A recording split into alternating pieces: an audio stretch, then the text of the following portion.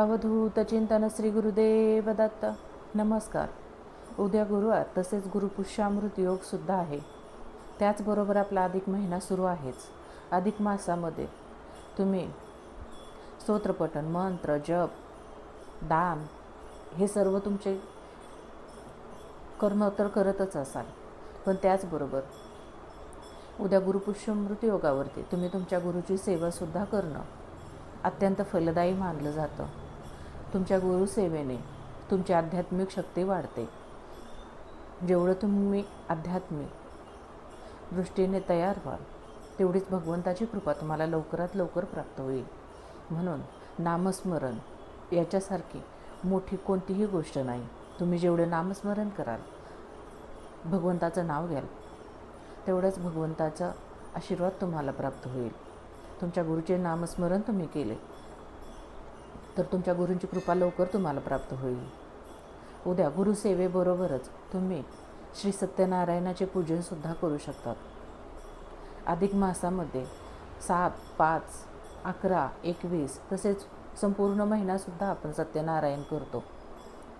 कोणाला नाही जमलं तर कोणी 5 सत्यनारायण करेल, कोणी 11, कोणी 21. जशी तुमची सेवा, जसं तुम्हाला जमेल तसं त्या पद्धतीनं तुम्ही भगवान सत्यनारायणाची पूजा करू शकतात. सत्यनारायणाच्या पूजेला तुम्ही आरासच केली पाहिजे असं काही नाही. तुमचा सेवाभाव हा महत्त्वाचा आहे. तुम्ही किती सेवेने, तुम्ही किती तुमच्या मनाने, श्रद्धेने ती गोष्ट करत आहात त्याला जास्त महत्त्व आहे. भगवंत तुमच्या दिखाव्याला नाही तर तुम्ही केलेल्या श्रद्धेला, तुम्ही केलेल्या तुमच्या मनापासून, हृदयापासून केलेल्या प्रत्येक गोष्टीला भगवंत तुमच्याकडे येतात. का तर म्हणतात की 2 हाताने तिसरं मस्तक. भगवंताला दुसरं तुमच्याकडून काही नको असतं. तुम्ही त्यांच्यापुढे 2 हात आणि तुमचं मस्तक झुकवलं त्यांच्या चरणावरती तर भगवंत तुम्हाला नक्कीच पावतात. म्हणून उद्या गुरुसेवेबरोबर तुम्ही भगवान सत्यनारायणाचे पूजनसुद्धा नक्कीच करा. त्याचा तुम्हाला अनंतपटीने फळ भेटेल. आपल्या घरामध्ये येणाऱ्या अडचणी, प्रत्येक कामामध्ये येणारे अडथळे हे सुद्धा तुमचे लवकरात लवकर दूर होतील. दत्तकृपेचा अनुभव तुम्ही नक्की घ्या.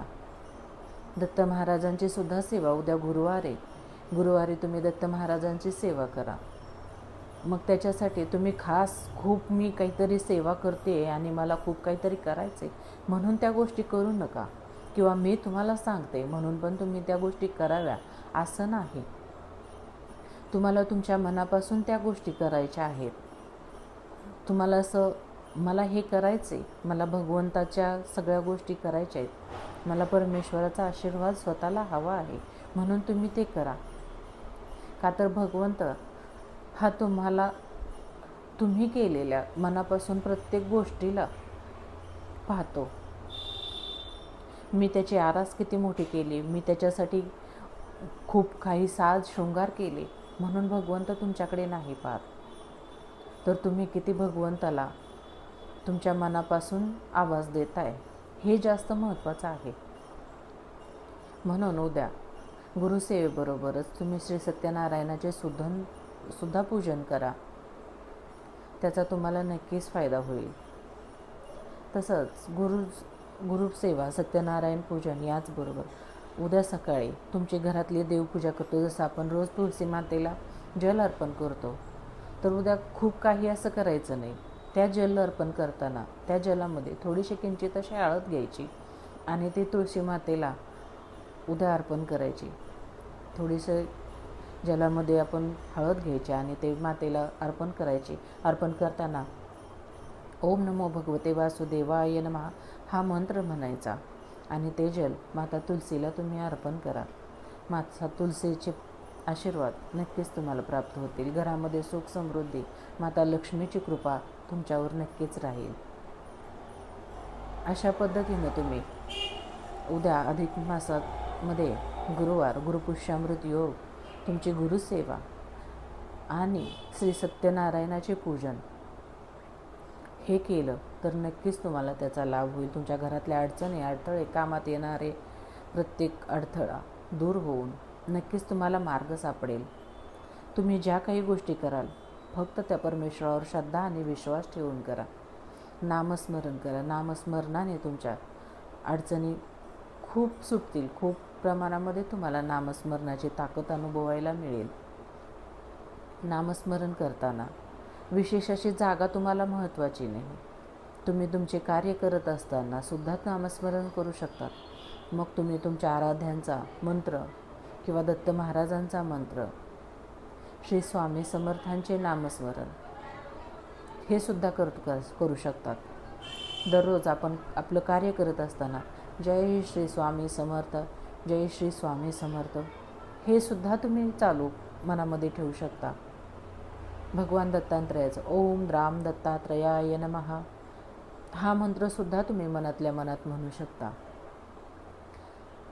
हे चालू करताना आज तुम्हाला जप करताना देवाजवळ बसून नाही जमलं, माळ हातात घेऊन जरी नाही जमलं, तरी आज काउंटर बाजारामध्ये मिळतात. रोज मला एवढे जप करायचे आहेत, माझी एवढी जपसंख्या आज पूर्ण व्हायला हवी, त्याच्यासाठी तुम्ही बाजारातून तो काउंटर घेऊन या. तो बोटामध्ये अडकून तुम्ही तुमच्या काम करत असताना, चालू असताना तुम्ही तुमची रोजची जपसंख्यासुद्धा पूर्ण करू शकता. तुमचं रोजचं अनुष्ठान त्याच्यावर सुद्धा तुम्ही पूर्ण करू शकता. मी आज एवढ्या जपसंख्यात करणार आहे, माझे आज एवढे जपसंख्येचं लक्ष आहे, ते साध्य करण्यासाठी तुम्ही तुमच्या चालू रोजच्या जीवनामध्ये काउंटरद्वारे सुद्धा तुम्ही तुमचं जपसंख्या पूर्ण करू शकतात. का तर तुमची भावना, तुमची श्रद्धा महत्त्वाची आहे. तुम्ही किती श्रद्धेने भगवंताला हाक मारता हे जास्त महत्त्वाचं आहे. म्हणून उद्या जेवढं होईल तेवढं नक्कीच भगवंताचं नामस्मरण करा. भगवान श्री सत्यनारायणाचे पूजन करा. त्याचबरोबर आपल्या गुरुची सेवा ही सुद्धा तुम्ही करा. भगवान नक्कीच तुमच्यावर प्रसन्न होतील. दत्त महाराजांची कृपा तुम्हा सगळ्यांना नक्कीच प्राप्त होईल. अवधूत चिंतन श्री गुरुदेव दत्त. जय श्री स्वामी समर्थ.